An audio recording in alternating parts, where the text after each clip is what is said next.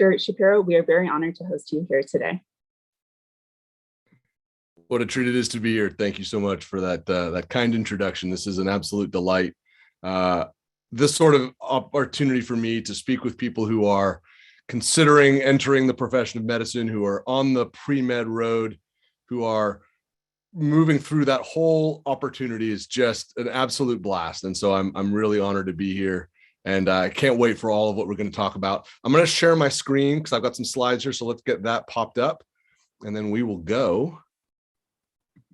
It's going to pop up. I'll just need to move it back. It's on the wrong slide and I will get back to the, all right, cool. So we're going to talk about something that I love. And the title of this conversation is Staying Pluripotent. And we're going to get to what pluripotent means, but I just want to set some background as we go forward. I'm Mark Shapiro. I'm a physician in Santa Rosa, California. I'm a hospitalist with Providence Medical Group of Sonoma County. I'm based at Santa Rosa Memorial Hospital, and I'm the founder and host of Explore the Space podcast. I did include my Twitter handle there at ETS Show. I'm active on Twitter. If any of you feel like live tweeting, if that's something that interests you, please feel free. If you want to reference this after the fact, please do tag me because I love to respond. But if you want to engage with me on Twitter, I love it. I'm very active on Twitter. It's a great platform. As far as just a little bit of background about me, so I'm actually a third generation physician. My grandfather on my dad's side was a doctor. He was a classic old school general practitioner in South Africa. And my dad is a physician. He's retired now. And he did his medical training in South Africa where he and my mom were both born. They immigrated to the United States before I was born. So I was born in Santa Rosa where I live now. So I grew up, I was really fortunate. And as the years have gone by, I've really come to realize what a gift and a privilege it was to be as steeped in the profession of healthcare as I was growing up, because I really saw it as a wonderful profession, as an engaging profession, as a fulfilling way to be a part of society, and seeing my dad and so many of my friends' parents enjoying their careers as well. So for me, it was a very, very powerful thing to be a part of that and to get to experience it. So I was really lucky in that respect. And as we go through our talk, I just want to spend a minute kind of setting some framework around how I like to do this now that you know a little bit about me. I love the concept of ask me anything, right? It's that hashtag AMA from Reddit. That's the mindset that I would invite all of you, please, to approach this conversation with. And I really do mean that. I hope that it can be a conversation. You're going to hear lots of talks. You probably already heard lots of talks. This project that Jobin has created and that you all are a part of is absolutely spectacular. I wish it had been around when I was coming up. You're going to hear lots of advice, and that is great. What I want to do with the time we have together, and we have a nice chunk of time, I want to share some stories, and I want to share this mindset around being what we call pluripotent. We're going to talk about what that was, because I think these things are helpful. I think they will give you a good frame of reference as you move through your career and as you move through your training to really get the most out of it that you can. And so as we move forward, and as you kind of hear me talking, one thing I'd like you to also just know about me, I don't speak in platitudes. I don't like to use terms that are heavily used, that are heavily shared, because they tend to lose their meaning. So if you hear me say something, that is really what I mean. And that's a really important thing, because we have to be able to speak honestly and candidly with each other. And so I also share that because I can't see you and I don't know your names. And that's a great thing about a conversation like this.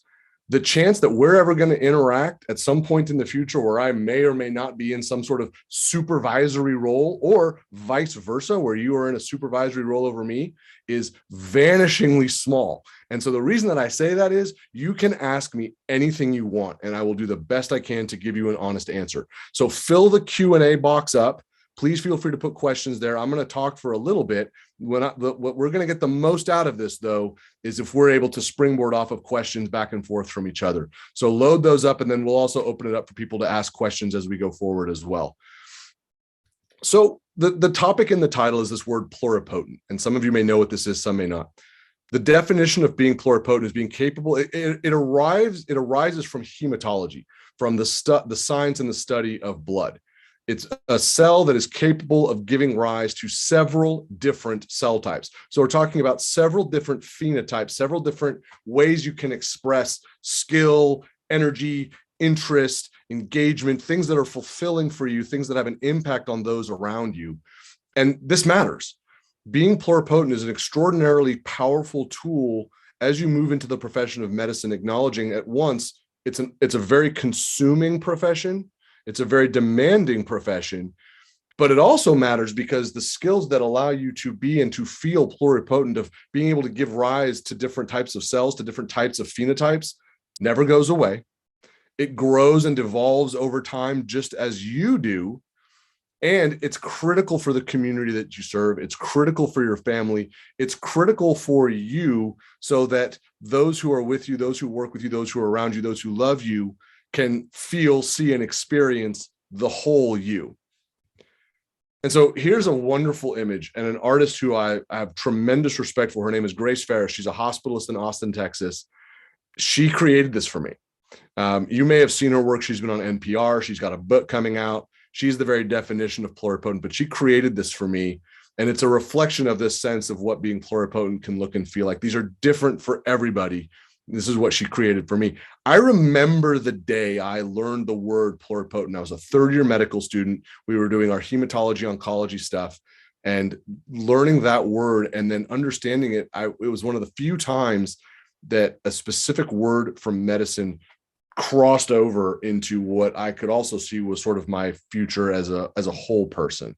And it always stuck with me. It was weird. I can't think of other things that I learned in medical school that crossed over quite so much the same way as this one single word did. And as I've kind of talked about it and socialized it on social media and on my podcast and other things that I do that we'll talk about, it had the same effect on a lot of other people. That a lot of people, when they kind of reflect back, they're like, yeah, this word really had an impact on me. And so for people such as yourselves who are starting this journey and are in the early roads of this journey, it's just a hugely important thing to keep in mind. This is the mindset that we want to think about as you face challenges, as you're up late at night studying, as you're dealing with test taking anxiety, as you're thinking about what specialty you may want to go in. Where do you want to move to go to medical school? Where do you want to go for residency? How do you want to form and shape the life that you want to lead? This is the mindset that you want to keep at the forefront. I would propose to you that will really help shape and make those decisions. So I want to do a quick exercise. Think about the qualities that, having heard me kind of define the term, think about qualities that would make someone feel pluripotent and would project pluripotency.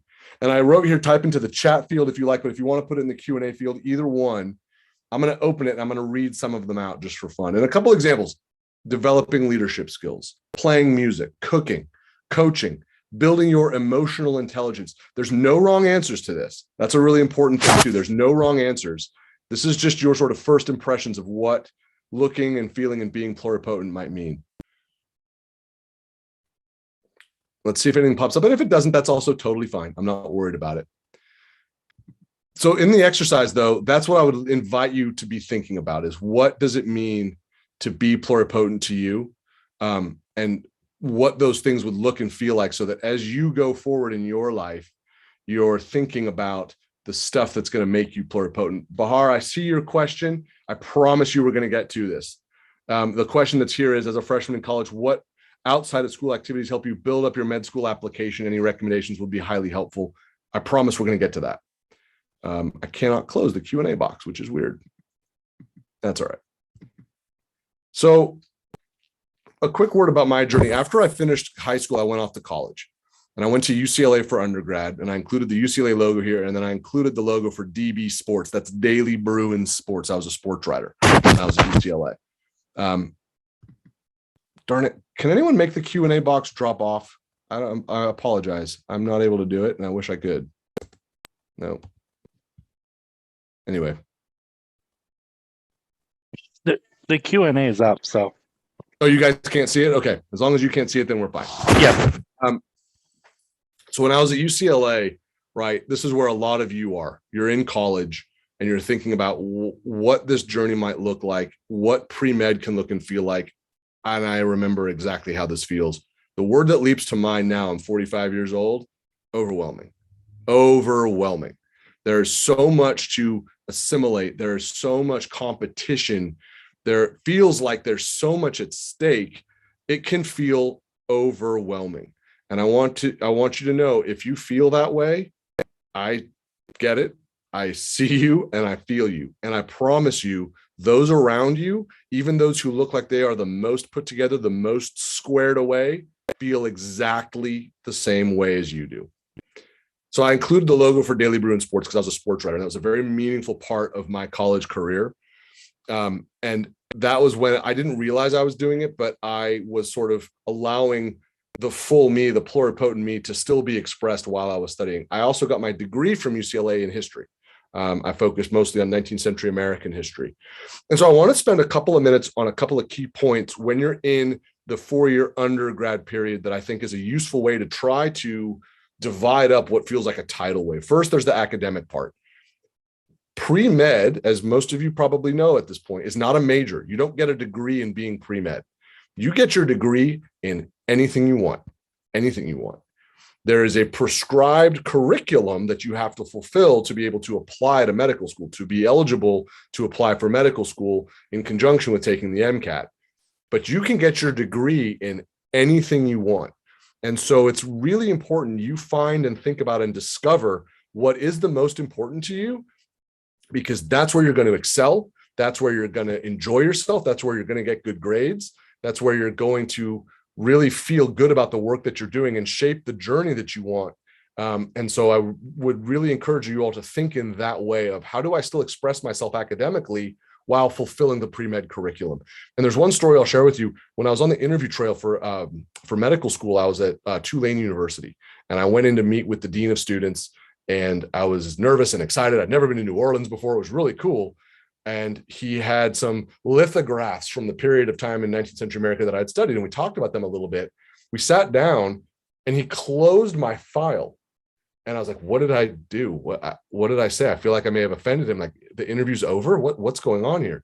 He said, you're admitted to medical school here. How do we get more history majors to apply to medical school? And we spent the next hour talking about that. And I share that story not to illustrate how great I was, because it had nothing to do with that. Medical schools, residency programs, hospitals, most importantly, the patients you will take care of, want the whole person. They need someone who understands the full depth, breadth, and width of the human experience. You can study all the biochemistry you need to go to medical school, but get the degree that you want. That is really important. Next thing is extracurriculars. And Bahar, this is going to get to the question that you asked.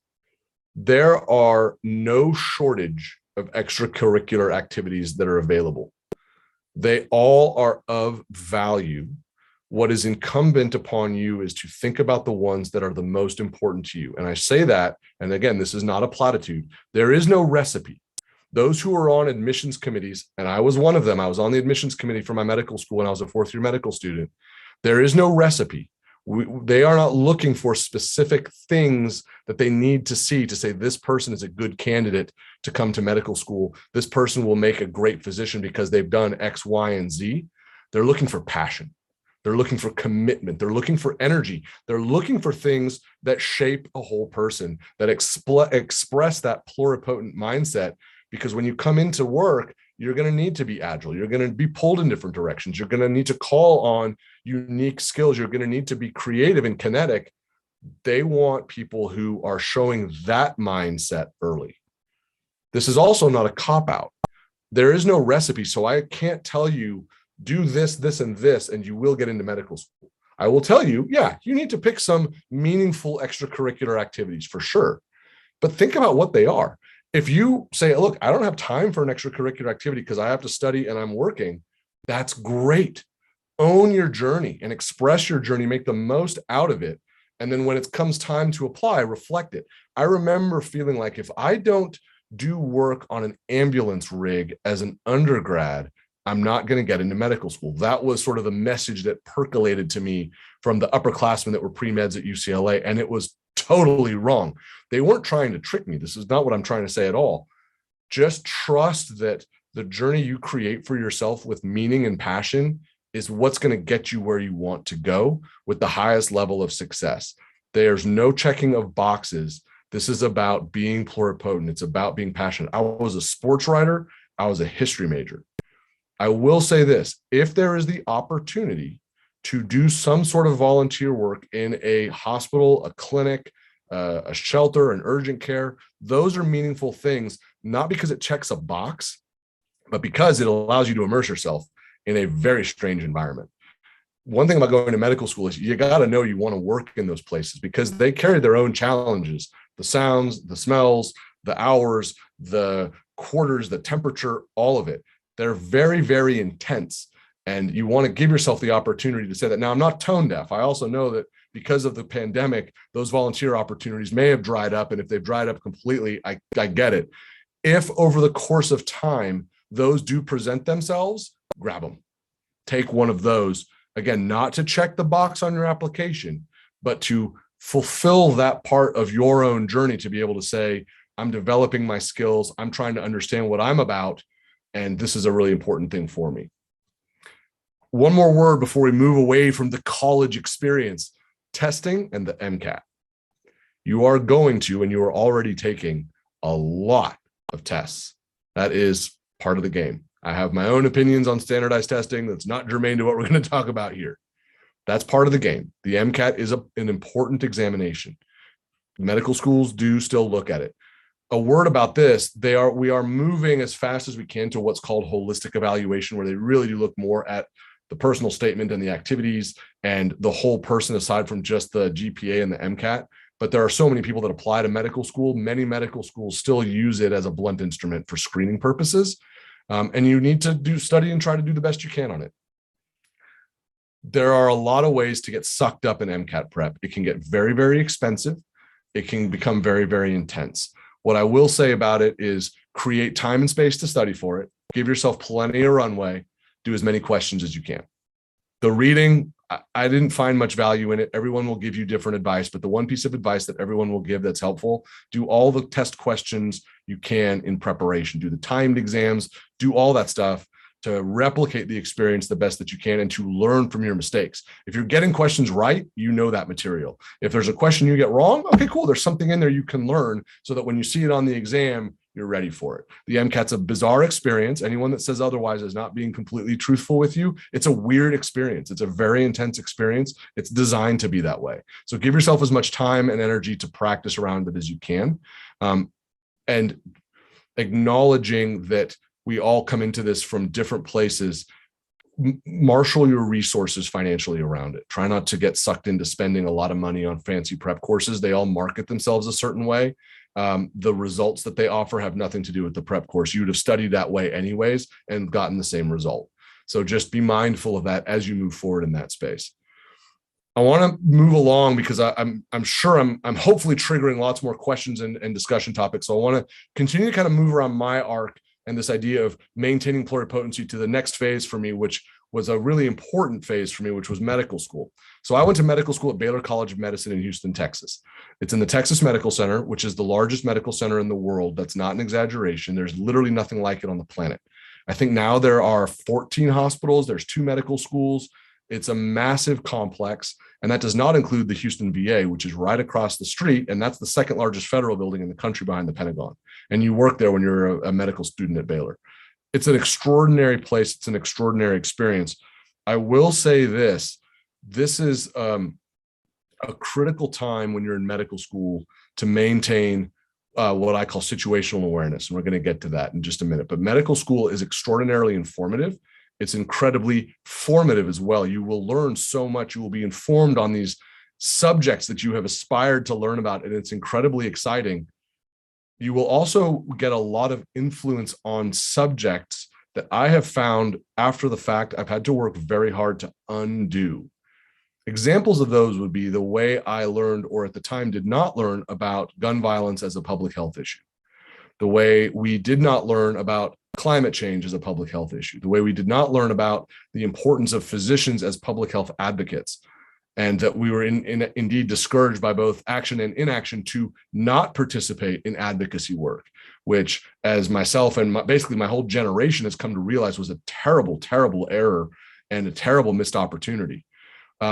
Things that we learned about why physicians should not participate in social media, which again, we have come to learn is a terrible, terrible mistake, because we know that nature abhors a vacuum. If our best and brightest in the sciences are not participating where everybody else is, we know that nature abhors a vacuum. That vacuum will be filled, and it gets filled with misinformation. So these are things that I have had to work very, very hard to undo. And I've come to understand that those influences, not out of malice, not out of manipulation, not out of neglect, were imprinted on me when I was a medical student. You guys will come into this with a higher level of situational awareness than I did, and it's a very, very exciting thing. But I just want you to understand that these are things that are, if in your pluripotent mind, that are important.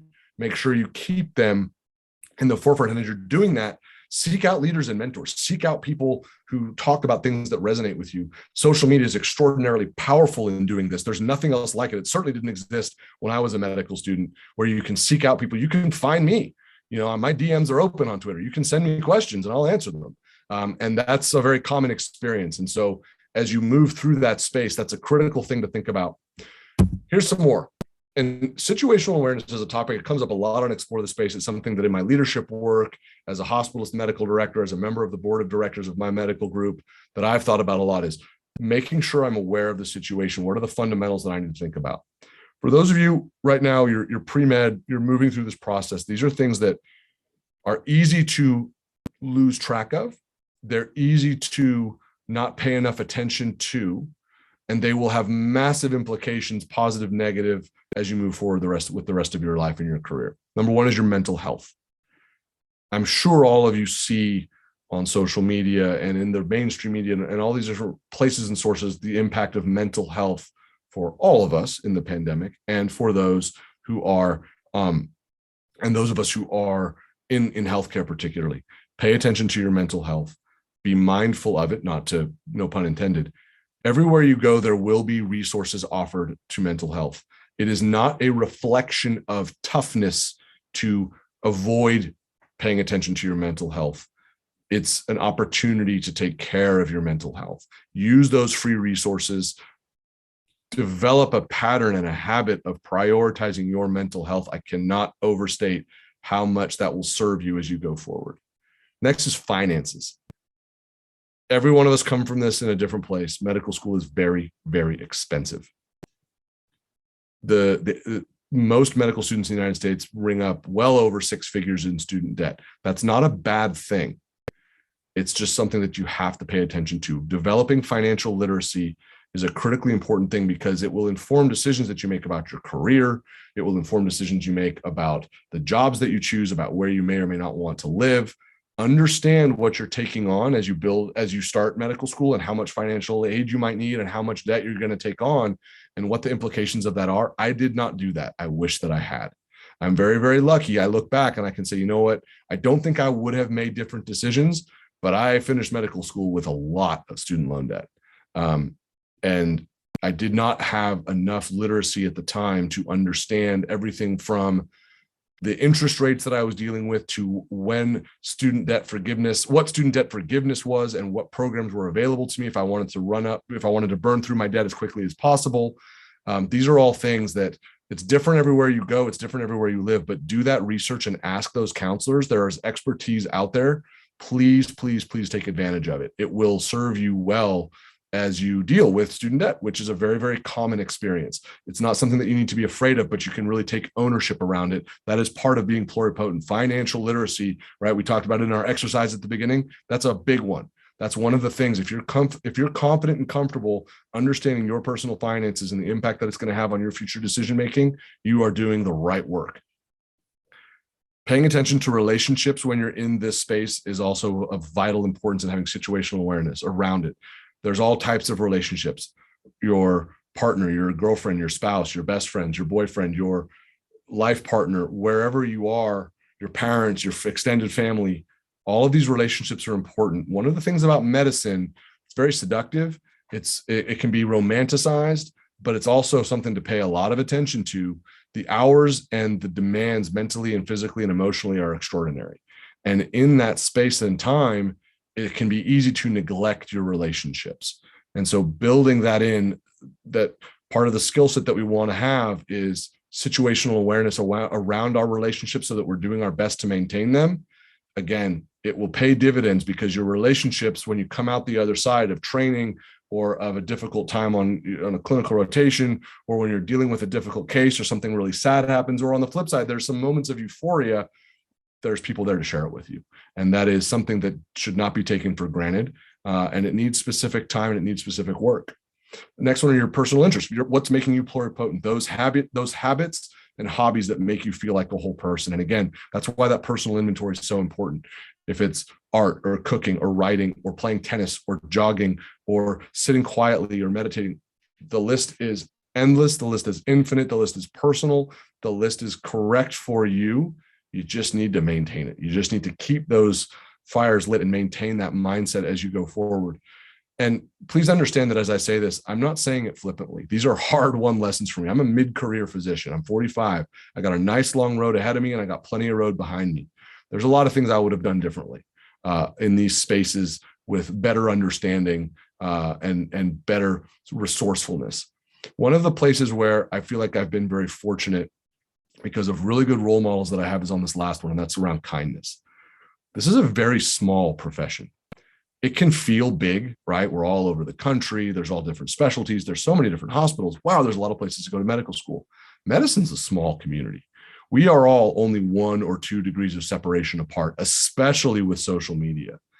And so in that space, it's really important that you are thinking about your reputation, that you are thinking about what kind of person do you want to be and be perceived to be, because it will follow you. You are going to be creating it now, and it will follow you. You will, apply for a job and someone will say, oh, I know someone that went to medical school with that person, and they will call them.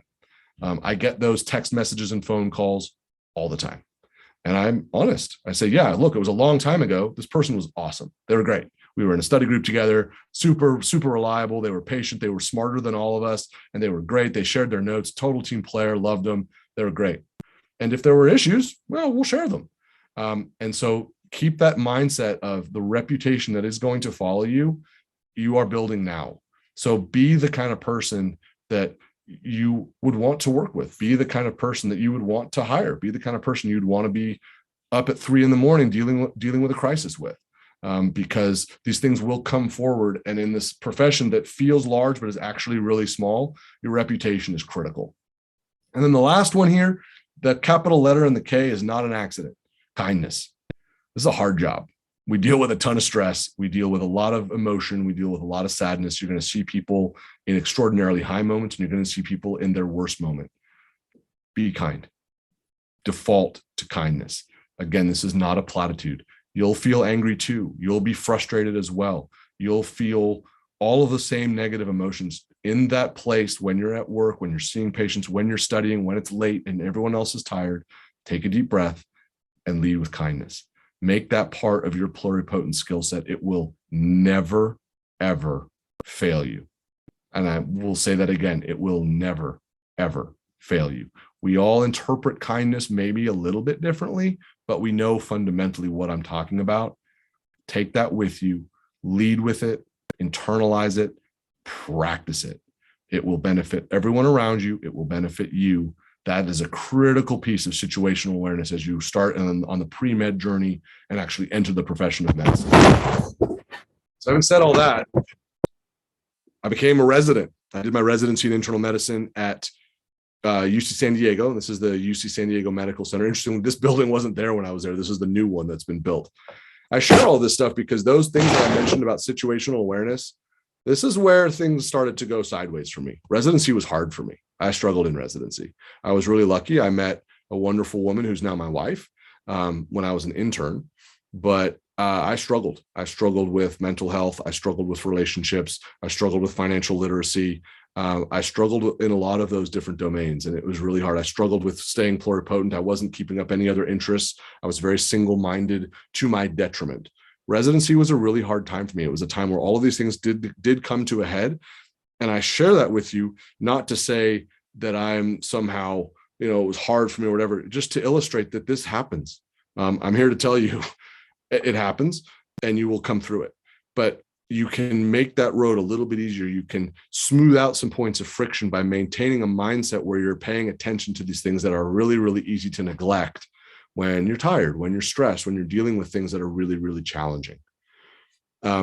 My residency was great. I loved it. And then I left. I finished my residency and I left academics. I was offered a role as what's called a chief resident. I did not accept it. I wanted to just get my career started. I wanted to learn how to be an attending. I wanted to go be a physician. And so I'm a hospitalist. And so let's talk for a minute about what a hospitalist is. I finished my residency in 2006, and I've been a hospitalist ever since. A hospitalist is a physician who specializes in the care of hospitalized patients. Hospital medicine is a little over 25 years old. So it's the newest specialty in American healthcare. Most specialties now, because of the success of the hospital medicine model for internal medicine, most specialties have hospitalists now. Surgery, infectious disease, almost all of them in some way, shape, or form have created a hospitalist model, and the success has been amazing. So hospitalist is also the fastest growing specialty in the history of American medicine. And again, it's the specialization in the care of hospitalized patients. Those who go into it, most of us who are doing adult hospital medicine did our residencies in either internal medicine or family practice, but the vast majority did internal medicine. Some did family practice. Either one is fine, and it doesn't matter. And I will also share that the MD versus the DO degree does not matter. And let's spend a minute there, because it comes up from time to time in the lay press. Someone will make a comment about a DO is not a doctor. That's nonsense. I happen to have an MD degree. I happen to know a lot of people who are DOs. None of us care, first of all. None of us ask or look. Our patients don't ask or look. They want us to be well-trained. They want us to be kind. They want us to be good communicators. It does not matter. When it pops up in the lay press, all of us just kind of wince and then try to share why this is not a fair or a good or a kind thing to say. But the MD versus the DO, the training is a little bit different, but the end result, there's no difference at all. Superb physicians, licensure is the same, careers are amazing. If you want to do MD or DO, doesn't make any difference. You just follow your heart and follow what it's going to allow you to feel as pluripotent as possible. What I love about being a hospitalist is it allows me to, again, and I don't mean to keep hammering this word, I am able to be pluripotent when I'm at work. I take care of patients. I take care of everything from strokes to heart attacks, to people with cancer, to people with bad infections, to people with surgical issues, you name it. I am fully immersed in it. Critical care, ambulatory, all of it. I love that dynamic nature. I love the kinetic nature of it. I love the agility of it. I love the intensity of it. For me, it really, really works. Most of us work on a schedule that's 7 days on, 7 days off. It sounds really appealing when you first hear it.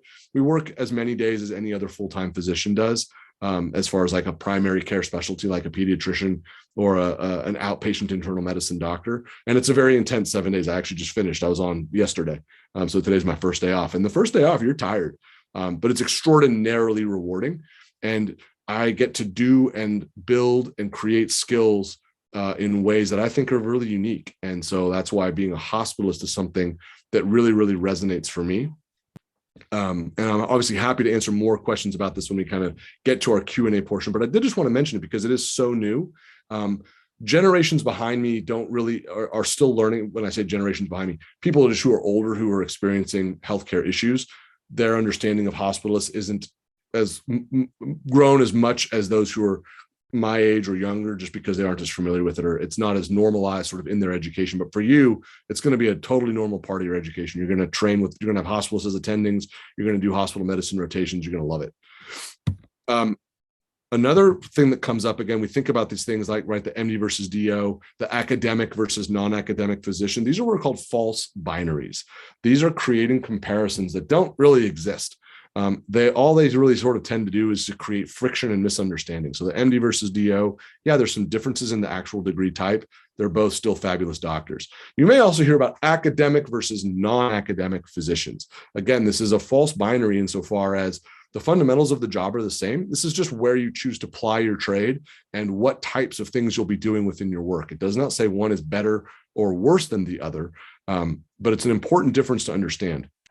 What the binary looks like, someone that is what's called an academic physician is someone who works in a university or a teaching type setting. They may or may not be doing research, but they'll have residents and medical students, and they may have fellows. They'll have people under them who are in training. They'll be in that sort of university and teaching setting, which is great.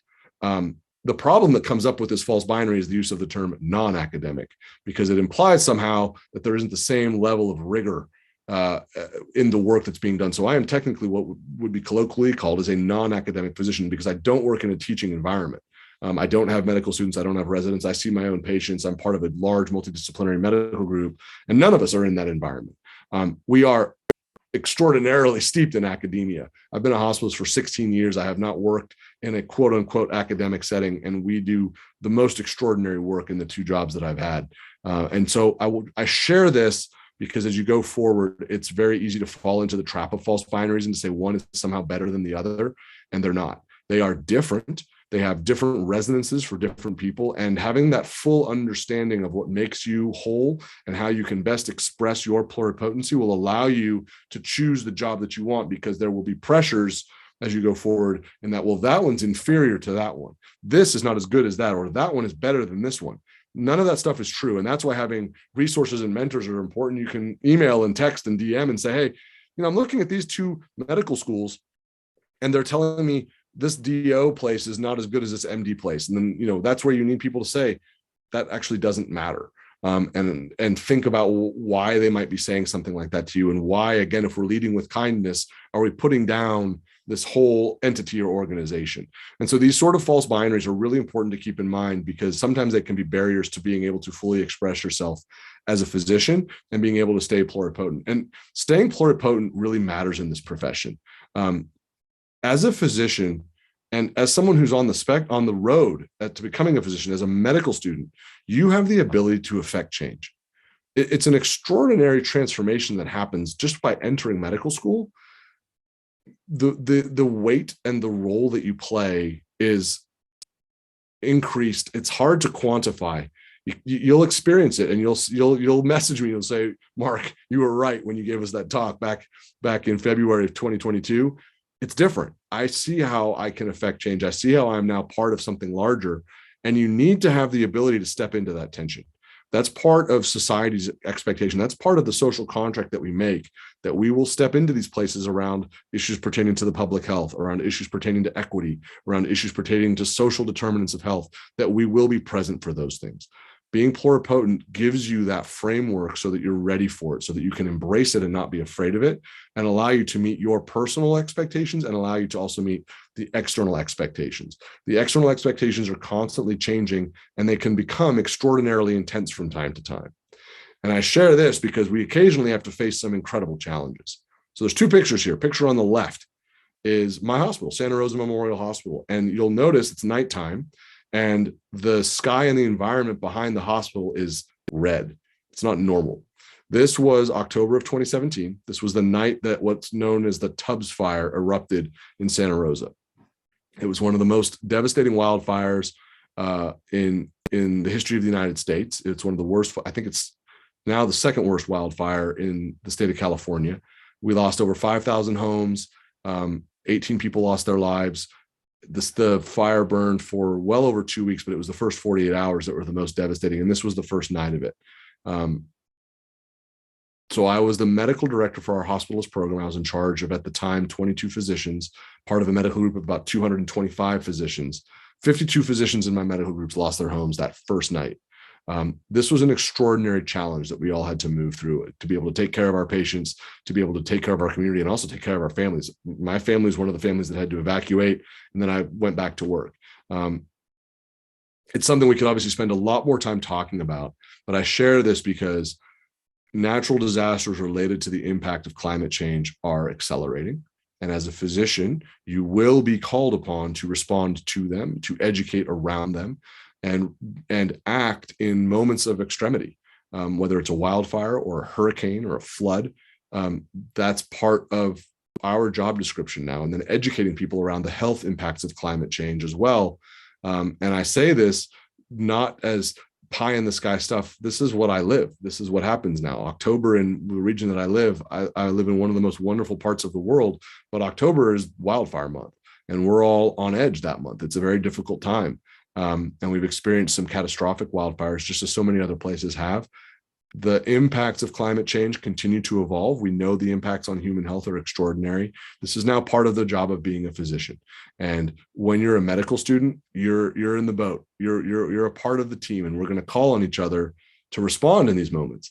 And then the second picture, that's me in my what's called a capper helmet. It's a special type of PPE that we use when we see patients with COVID. So I'm a frontline physician. I'm a hospitalist. I've been seeing COVID patients since the beginning of the pandemic.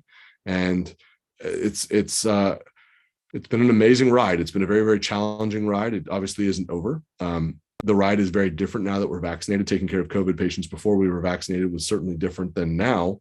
But I share all this because part of this job is you step into this tension, you step into these extraordinarily difficult times and places, and you act. You'll be on an airplane sometime and they will say, "Is there a physician?" And you'll respond. It's happened to me once.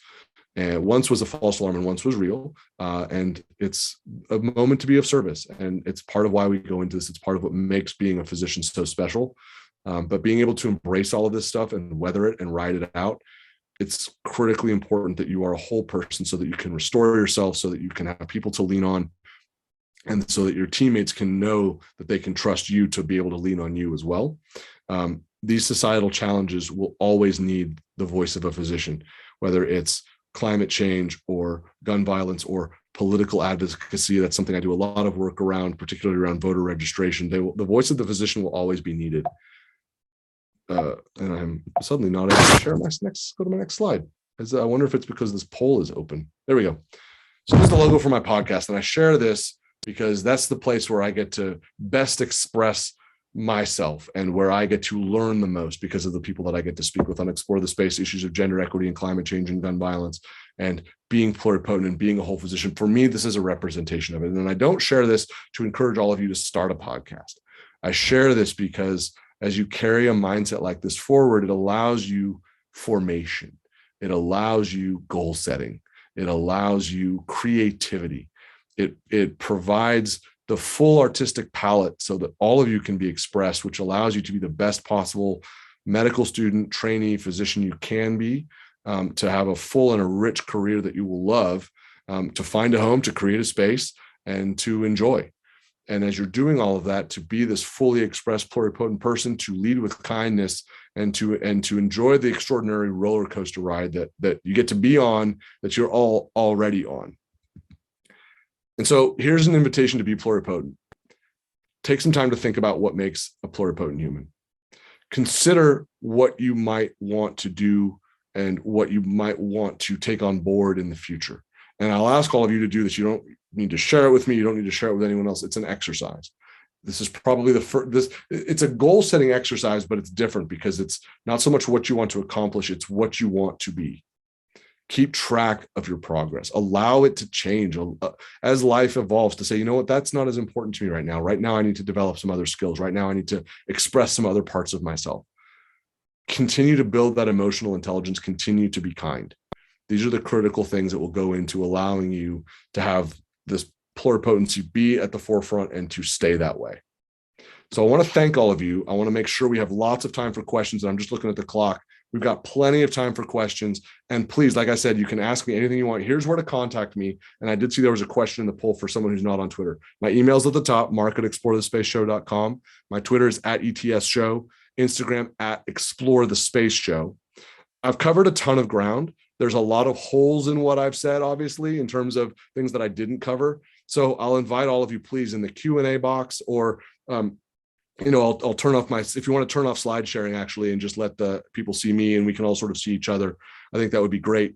And we can have some more conversation, but throw your questions at me and let's get after it. But thank you for allowing me to speak with you a little bit, and I look forward to your questions.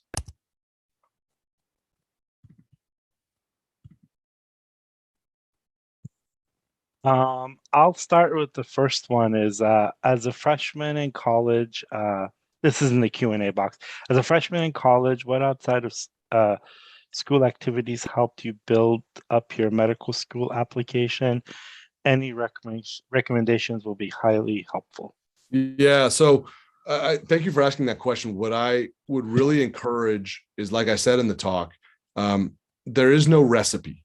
There is no checklist that you can see that just says, do this, then this, then this, and that satisfies the requirements. The pre-med requirements will say, yes, you must take biochemistry. Yes, you must take organic chemistry. Yes, you must take physics. Yes, you must take the MCAT.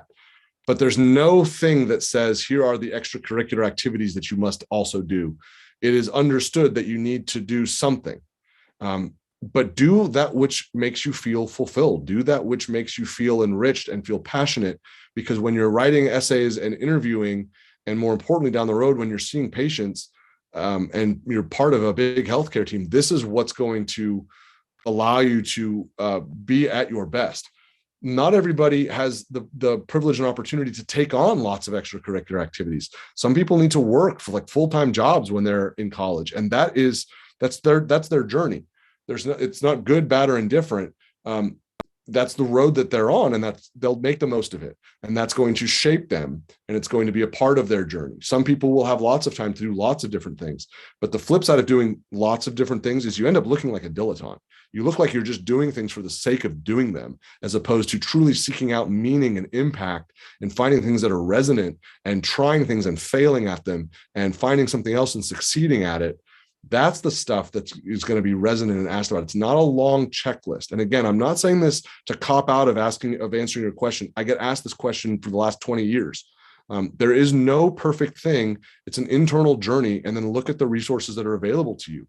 One that I will submit is of value, if it's possible, is to try to work in a healthcare environment as a volunteer or something similar, acknowledging that with the pandemic, that's really hard because visitation and all of those sorts of things are really, really limited. But it's a great question. It comes up all the time. The next question I see here is from Michelle. What directions do you think medicine will move in the future? Are there any developments you are excited for or hope to see? Medicine is overhauling itself because of the pandemic. Physicians and healthcare professionals around the world are rethinking, how do we lead the best? How do we enjoy our professions? How do we stay in this extraordinary journey? What I think we're going to see are physicians paying a lot more attention to their whole self, to being the pluripotent person that they can be, because you can still have a wonderful and a rich career. Again, that's not a cop-out answer. I think that it's a really important thing. I think we're also going to see, and something that I hope for, is legions more physicians becoming well-trained in communicating with the public around issues of the public health. We don't have enough right now. I'm good at it. There are a lot of others that are good at it. We need like 10,000 more people who are ready to go on camera, people who are ready to write articles, people who are ready to give interviews. We need a lot more of those things. And so I'm looking forward to seeing that continue to develop. And then the last thing I'll say to that, I did an interview on my podcast with a pediatrician in Flint, Michigan named Mona Hana-Atisha. And Dr. Hana-Atisha is a pediatrician who you may remember, it's been probably 7 or 8 years ago. She exposed the lead contamination in the municipal water supply that was causing lead poisoning in kids in Flint, Michigan.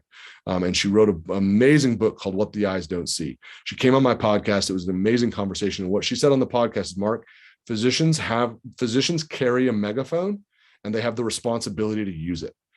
That blew me out of the water. That was a formative experience for me. That was like learning how to read, because for me, I realized I have all this privilege. I'm a white male physician. I am fully accredited and licensed. I need to be speaking on these things that I feel like are important. And it was a game-changing moment for me. And a lot more physicians are understanding that, for sure. There's a question here from Aisha. How long did it take you to study to become a physician? And how is the quiz going to be?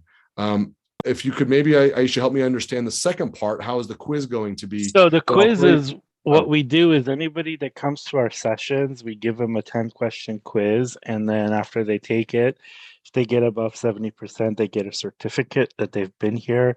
It's a good way of tracking for the AMCAS and other things. And so to answer that question, the quiz will be posted within less than a day.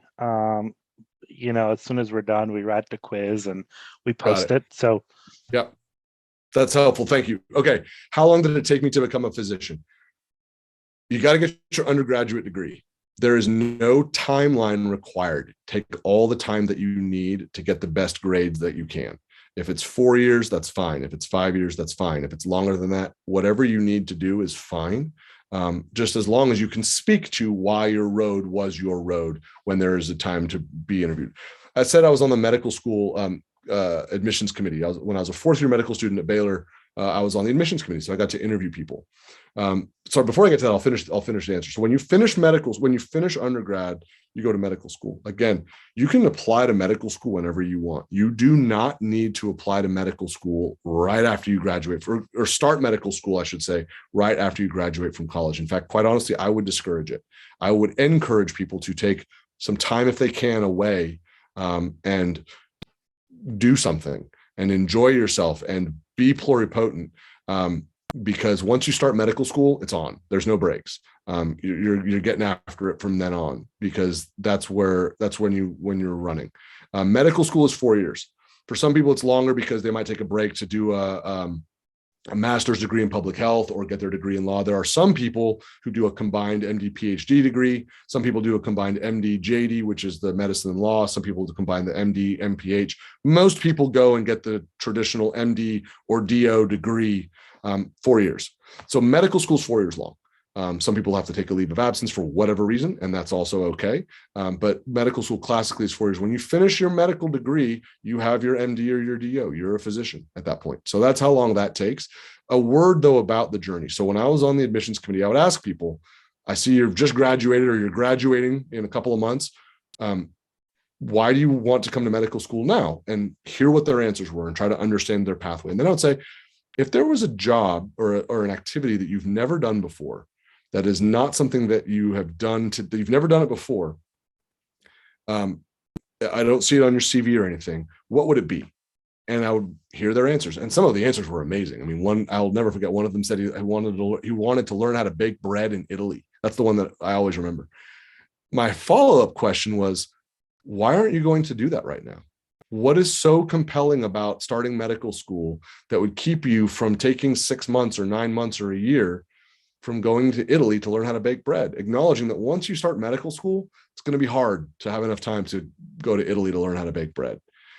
Again, not to put them on the spot, but to get an understanding of what does the journey look like? Why do you need to start now? Everyone's road is different. Everyone's road is correct, but understand that your road is your road. There is no hard and fast rules around it. Do with it what you will, acknowledging that once medical school starts, you're rolling. I think there may have been another question. Let me see. I'm going to open up the Q&A box. How would you recommend doing to prepare for medical school interviews? Awesome question. The best thing is to, when you're creating your application and filling in all the different things that you've done, know why they are a part of your journey and how are they going to make you, how do you feel like they will allow you to be a better physician as you go forward? And the reason I say that is you're going to get asked about them. I would intentionally go through applications to try to find things that I would guess were not getting as much interview attention. That the people maybe hadn't highlighted quite so much, because it's still part of your curriculum vitae. And we would have the most amazing conversations about it. The things that are of the most importance to you, emphasize them and be ready to talk about everything else. I would not recommend doing a lot of like interview prep insofar as like creating answers to questions, because you don't know what you're going to get asked, and you don't want to give off answers that sound what's called canned. You don't want to give an answer where you're trying to hammer a square peg into a round hole. You want your answers to be organic and spontaneous. It is a good idea, though, to think about how you comport yourself in an interview, right? Things like eye contact, keeping your phone in your pocket, paying attention, being polite to every single person that you meet, whether it's a professor of medicine or someone who's on the environmental services team or someone on the administrative staff or another medical student that's hosting you. And the reason I say that is we all talk. And when everyone leaves, we all gather. And if we find out that a candidate was rude to someone, if they were rude to someone on the phone from the administrative team, that's the end of the ball game. When I'm interviewing people for jobs with my medical group, I always ask everybody they came in touch with, how were they? And the physicians will say, oh, they were great. And the administrative assistant might say, they were really rude to me on the phone. Okay, that's it. We're done. That's all I need to hear. When I was the medical student interviewing people would drop their level of comportment and be really crude with me. And that's not appropriate. You can't do that. But it's showing that level, that lack of maturity. And so just know that we're all talking, and the reputation you're creating will precede you. and being kind and being professional and being your best and your authentic best self is critically important. And to have that mindset is really, really smart. There's a question here from Isaiah. I know one, this is one thing. I know actually the medical school that does this is they have a camera in their lobby, and then when applicants come, they actually watch how they treat people in the room, each other applicants. And actually that's one of the ways that that's happened. And I know some employers have done that as well. If you show up and you're rude to other people, other applicants. So that's it. We need to know that, right? It's what you do when no one's watching. And again, that's not a platitude. It's what you do when no one's watching.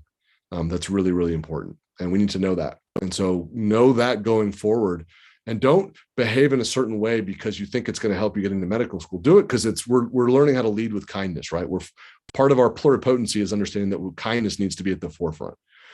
What centers you as you face adversities with being a physician? Holy smokes, Isaiah, that's a monster. I struggle with it. Staying centered is really hard, and it's an evolution. And that's why I said earlier in the talk that having situational awareness around your mental health is so important. Things that I love my podcast. I love being a part of Explore the Space, and I'm grateful for the community that I've created around it. I take a lot of heart from the people that I interact with a lot on social media. On Twitter, we have our #MedTwitter community, and I'm there a lot, and we're asking each other questions, and we're learning from each other, and we're joking, and we're commiserating. There's a real friendship and a kinship that develops there. I enjoy my exercise. That's definitely really important. I love my family. I'm very fortunate. I have a 5-year-old son. I love my boy. I love my wife. I live near my family. I'm really fortunate in that way. Staying centered is difficult in this job. It's difficult during a pandemic. It's difficult during a disaster. It's a great question, and I applaud you for asking it.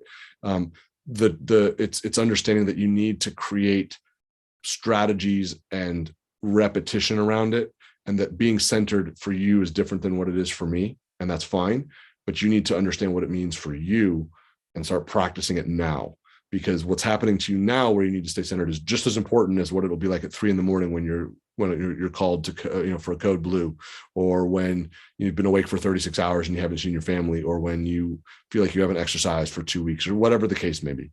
It's a great question. It's a super, super important one. Again, it's individualized, but having that situational awareness around it now is critically important. Michelle, as a pre-med, I feel so busy with my classes and trying to do all of the things medical schools look for: research, volunteering, shadowing, etc. Do you have any advice for balancing responsibilities with your personal life and your hobbies? Yeah, I mean, these are important things. Medical schools, I would just encourage you to think carefully about what medical schools look for: research, volunteering, shadowing, etc. They look for things that you're passionate about. Your personal life and your hobbies are part of that too. I was a sports writer. I was a history major. Those things are what I was asked about when I was applying to medical school. And when I was on the admissions committee, that's what I asked about. And guess what my patients ask me about? They ask me about my hobbies. We talk about sports that I enjoy. We talk about things that I like to do outside. I ask them about their hobbies, and we find shared understanding in those places. It's not about the volunteer work that I did. It's not about the shadowing that I did. It's about how I learned to connect with other people in authentic ways. That's what medical schools are looking for. Yes, it's really difficult academically. Being a pre-med is a lot of work. I'm remembering what it feels like, and I'm having a reaction to it. It's an extraordinary commitment. I would invite you to think very carefully about what your understanding of the quote things medical schools look for. Research, volunteering, shadowing. Do what is authentic for your journey and be passionate about it. If it's research, go do it, but don't do it just for the sake of doing it. I did that. I did research in a lab for 3 months over a summer. It had nothing to do with where I got into medical school. I was never asked about it. I will never be asked about it. I barely remember anything about it. I thought I was checking a box. Volunteer work was important to me. I was really fortunate. I got to do work in a homeless shelter, and I was in way over my head doing conflict mitigation in a homeless shelter in Santa Monica. It was an extraordinary learning experience for me. I was never asked about it, but I'm so glad I did it, again, because it just gave me a whole different understanding of a part of the human experience. The shadowing part I talked about, those opportunities right now are hard to come by because of the pandemic. That's just the reality. And medical schools know that. you also need to think to yourself too, if a medical school is only asking about what you perceive as this checklist, do you really want to go there? Do you really want to be for the next 4 years with students who just approached everything in that way? Or do you want to be amongst other people who live whole lives and live authentically? And that's a really important thing. You're going to be really closely aligned with those people for a long time. And being able to express those things is critically important. What is going to determine what I know underpins all of these questions, because I asked them, is what's going to help me get into medical school? I want to be a doctor. How do I get in? You got to get good grades. You got to study. Nail it. I mean, that's life. You can get your degree in anything you want, right? I was a history major and I loved it. I know I've said that a lot. There's a lot of people I know who majored in all different things. The rest of it is you got to nail your interview. And when you're interviewing, they're going to ask you about things that are going to make you a good doctor, about things that are going to make you a good teammate, about things that are going to make them know they can trust you, about things that are going to make them know that for 24 hours when we're on call together, that we're going to have as good of a time as we can, that you're going to be kind to people around you, that you're going to look out for other people, that you're going to learn how to lead. That's the qualities that they're looking for. And so when you're interviewing, the interview is critically important because that's where you get to show all those other things and speak to those other things. It's not the research that you did, because when you're seeing a patient, they're not going to ask about it, but they're going to want to know that you can connect with them and understand them and be kind to them and demonstrate empathy. And when you're in a multidisciplinary huddle, that you can lead that huddle. And when you're dealing with a wildfire, that you can lead. And when you're on an airplane and there's an emergency, that you can lead and be kind and be clear and communicate effectively. That's what they're looking for. And I say that because I know there's no checklist. It's all right, you're interviewing today. What kind of person are you? How do you treat those around you? Are you kind to our staff? Are you kind to the other people that you're interviewing with? When we're sitting down together, do I sense that passion that I know you're going to need to get you through your training, to get you through all that being a physician requires and provides? And if we see that, if it comes through like, yeah, I did these things, or I did this thing, and this is why I poured so much time into it, and I put my heart and soul into it, that's all that we're looking for. That's all that we care about, because that's what's going to make you a great physician going forward. And I would just add this one to Michelle's thing is if you're this whole thing of balancing your responsibilities in your life and hobbies, that's not just getting into medical school. That's going to be until on your deathbed that you have to do all those things. And then you add family and all loved ones and all of these extra things. So I think that's something that, you learn how to do it in college, but you're going to be dealing with this. But I would tell you right now is if you're feeling overwhelmed in your classes, you're probably taking too many classes and taking, taking organic ratchet it down and chemistry. do less classes and take longer getting through college if you can do it. He's absolutely right. And just to piggyback on what you're saying about balance, I say this because this is my personal experience. Balancing responsibilities is it's a quest that has no end. You will never find it. You can seek it. Seek it with meaning, seek it with passion, seek it with authenticity, but don't expect to find it, because life is life. Life is chaotic. There are constantly things that are coming at you. But when you have a mindset of knowing that you can express yourself using this pluripotent space, you are doing things in a place where you will find an interpretation of balance for the moment that you're in. But you're not going to have a euphoria where for 3 months you feel like you got everything squared away. It will never feel like that. And to seek it, you're going to exhaust yourself. But it's prioritizing, where am I right now? Having the situational awareness that, okay, I need to prioritize X right now. It might be that right now I'm 2 weeks away from a couple of exams. I need to prioritize those examinations right now. And so then it's reflecting back to my important relationships, reflecting back to my mental health, reflecting back to these other things to say, okay, right now I got to prioritize something. Let's make sure they all know where I am, what I'm doing, and why. And then adjust again, finish the exams, move on to something else becomes the priority. It's a constant flux. It's a constant game where you're moving pieces around the board. And they all need to have some time and space in the sun, for sure. And then we also had a presentation on how to gain clinical experience during a pandemic, and I put that in Mm, the chat. So it's a 2-hour talk. You could go listen to it and watch it, and there's a presentation. You could download a bunch of stuff on there. yeah. One of the other things is, and this is something I wanted to ask you, and I wanted you to bring up. I think, unfortunately, television and movies set this really bad example of bad behaviors, and can you share a little bit about that in today's medicine, how those bad behaviors and the importance in your interview and your personality and working with others? How is that? Because you can't be like Dr. House and be able to function in a group or Yeah. I think it's a really important question. We all know that none of us are perfect. We all know that we're all going to have moments that we wish we could take back. We all know that there's going to be moments where we'll need to be accountable and say, I apologize, what I did was wrong. And I'm going to really work hard to get better and identify ways that I can do it differently the next time this situation arises. We all know that. And you guys know that. You're not kids, you're adults, and you're doing extraordinary work now. So we don't want to ever make people feel like they're being infantilized and that you're not fully formed adults, because you are. But then in that space, there is an expectation that you comport yourself as an adult. And what we need in this profession is people who comport themselves as an adult, where that comportment is based around kindness.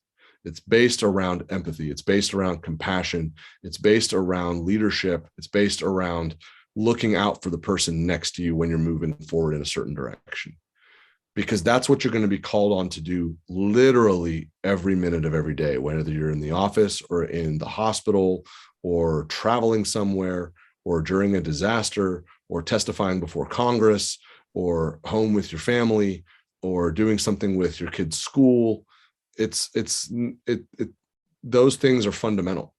And so that's why there's an expectation of behavior. I don't use the term professionalism because that is a very, very loaded term filled with bias, filled with inequity. I don't like it. We expect comportment that meets the standards that our patients are going to expect of us, that our community is going to expect of us. And we can't, because there are so many people that we're going to be meeting and interacting with who seek to enter this profession, there's not a lot of wiggle room. And it's doing those things again in the space where you think no one else is looking, right? When you're sitting with the dean, of course you're going to be on good behavior, although every dean will have stories about things that happened in interviews that were perplexing. But it's when you think no one's looking, how are you conducting yourself? I don't want you to think that when you're interviewing at med schools that there's cameras everywhere and stuff like that. What I do know is that we all talk and that everyone is equal insofar as having a say in who they want to be on that campus and be part of that team. And if someone raises a complaint and says, this person was really rude to me or this person was inappropriate with me, that's the ball game. We're moving on, because there are plenty of other highly competitive candidates that we'll seek to know. I don't want to sound preachy. And again, there's no recipe for this. It's an expectation though. And I think you all know what I mean. And if you don't, please ask questions about this. But you don't want to show up hungover. You don't want to be rude to staff. You don't want to be rushed. You don't want to obviously be not paying attention. You want to do the things that are going to meet those aspirations of this profession that we're all so proud to be a part of. there was a question that somebody asked in the registration. How do you deal with death and dying, and how did you cope with that, and you come to cope with that? And Yeah, I it's a would say great question. It's a really important question. Experiencing death as a physician is part of the job. It will happen in moments that you don't expect. It will happen in moments that you do expect. It will happen in ways that you cannot begin to fathom in terms of how destructive and sad and frightening they are. And it's something that you never get over. That's not a platitude. You don't get over it. There are patients that you'll take care of who, when they pass, because of the interactions you've had with their family and because of what the choices that they've made in their life with respect to care for them at the end of their life when they're in their now late 90s, and how we do those things, where it can be really a beautiful experience. And there will be real tragedy. There will be real tragedy. And that's part of why immersion and maturity is so important, because you need to steel yourself for those moments. They will happen. And they're hard, and they're always hard, and they will stay with you. There are cases that I've been a part of that I will, until the day I die, I will never forget them. And when I think about some of them, they still make me cry. I'm also honored to have been there. One of the things that's helped me as I've matured in my career is understanding that these things aren't my fault, right? I didn't cause this horrible thing to happen to this person. It's a catastrophe that they got this terrible diagnosis, or that they were hit by someone who was driving while impaired, or they were shot. I'm here to help them. I'm here to do the very best that I can. I'm here to help their families to the best of my ability. But that amount of separation has been helpful, and it's not infallible. Part of paying attention to your mental health as you move through this profession is understanding the impact that death is having on you and getting the right counseling to move through it. Whether it's seeing a psychologist or a psychiatrist, or going to group therapy, or talking with your friends, bottling it up and not acknowledging it is not the right strategy. And so just knowing that it's a part of this profession, and the spectrum of emotion around it is extraordinarily broad and incredibly intense, is important to know, and that you need to equip yourselves with the skills to deal with it. There's a question here from Aisha. What advice would you give to pre-med students who are planning to become pediatricians? Any studying advice as well? If you think you want to be a pediatrician, I don't have any different advice right now. What you will do is get yourself into medical school and continue to have the same mindset that I've shared with you over the course of the last hour and 10 minutes. When you go to medical school and you start doing all of your rotations, you'll find out if you want to be a pediatrician. Once you're there and you feel like, you know what, I think I want to do it, then you'll go on your rotation and you'll crush it. You'll nail it. You'll study hard. You'll work hard. You'll know your patients well. You'll work with faculty. You'll get mentorship. You'll do all of those sorts of things.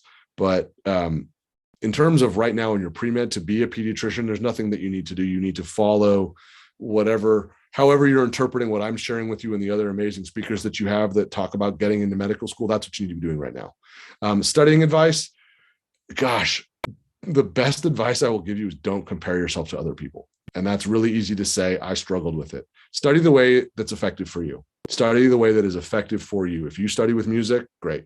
If you study in the quiet, fine. If you study in a big group, awesome. If you only need an hour, cool. If you need 6 hours, whatever. Just honor your journey around it. Don't compare yourself to other people and think they're doing it better than I am. Just get after it. Just understand what works the best for you. You're all mature students now, right? You've taken a lot of tests. You've done really well. You know what works for you. You can continue to refine and tweak, but just be deliberate about that part. The other thing I would say is just be really careful paying for study aids. They get really, really expensive, and the return on investment can be pretty darn limited. If you're going to buy something, try to find it secondhand, because the class ahead of you, they're all done with it. Or, if there's an online resource that you're using, whatever the case, those things are super important. Just be mindful, man. They get really expensive, and the return on investment is low.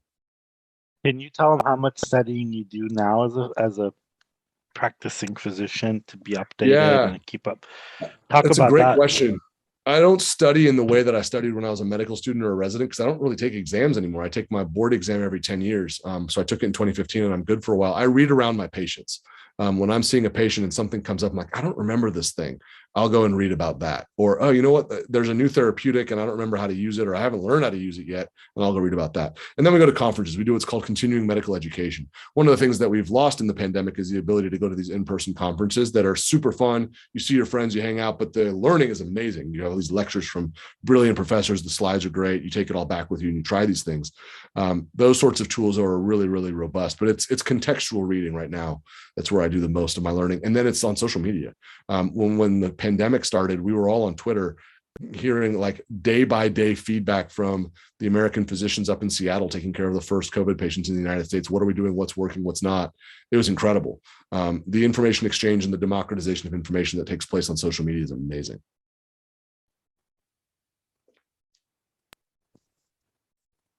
My other question I was going to ask is,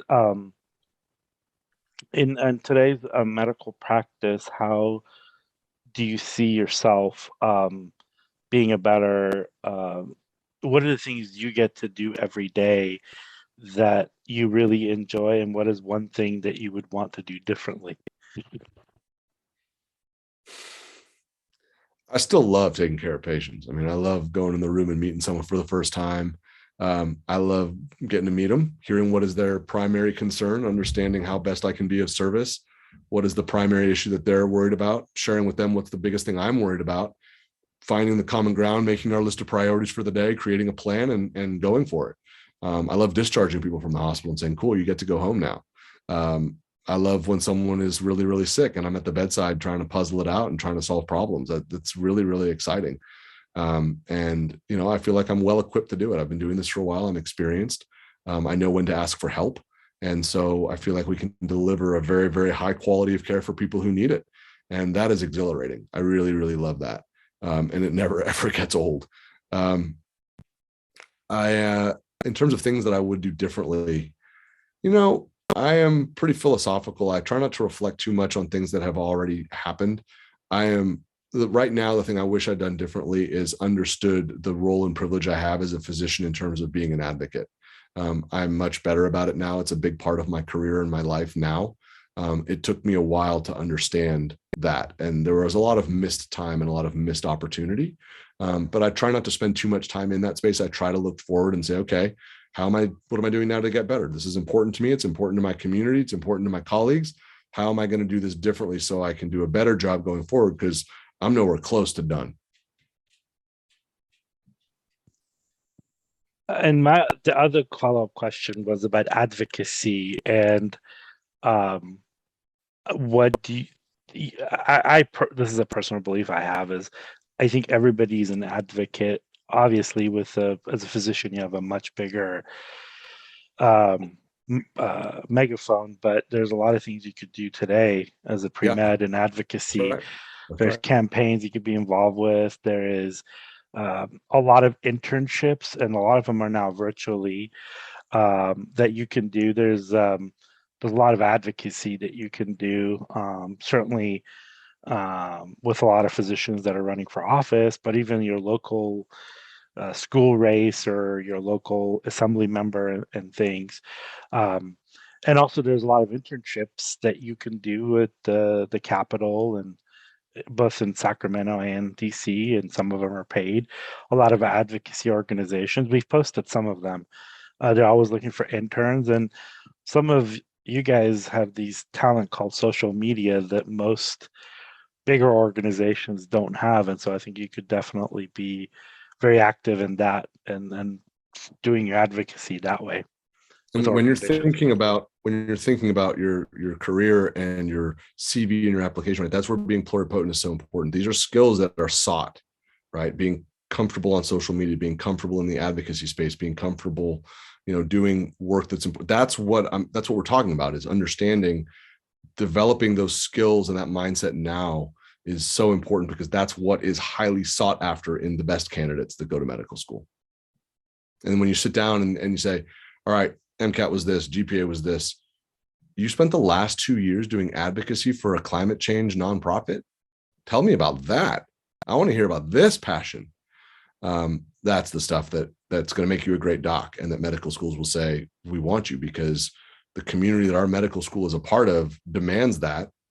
You now have an expertise that we're scrambling to develop. We want you here. Does anybody have any other questions? Please type away, or forever hold your peace. Just kidding. That's we'll take a couple more minutes, but definitely, like I said, you've got my email. You can find me on social media. I'm certainly a lot more active on Twitter, but you've got my email. That's a great way to get in touch with me.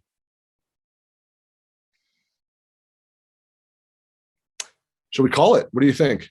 Did we do it? I think so. I don't think anybody else is typing anything. So all right, we will let you go. This was awesome. What a treat. We will let you go, and thanks everyone for coming, and hopefully see you next time. Next time tomorrow we have another event. And thank you, Dr. Shapiro, for making time. I'm kind of biased because we're so close to each other. Yeah, that's right. We're right down the road from each other. for all of you in attendance, thank you. Good luck on your journey. We're looking forward to having you join us. We need you. It'll be great. You're going to love it. And, keep that pluripotent mindset. Thanks, everybody. Good night.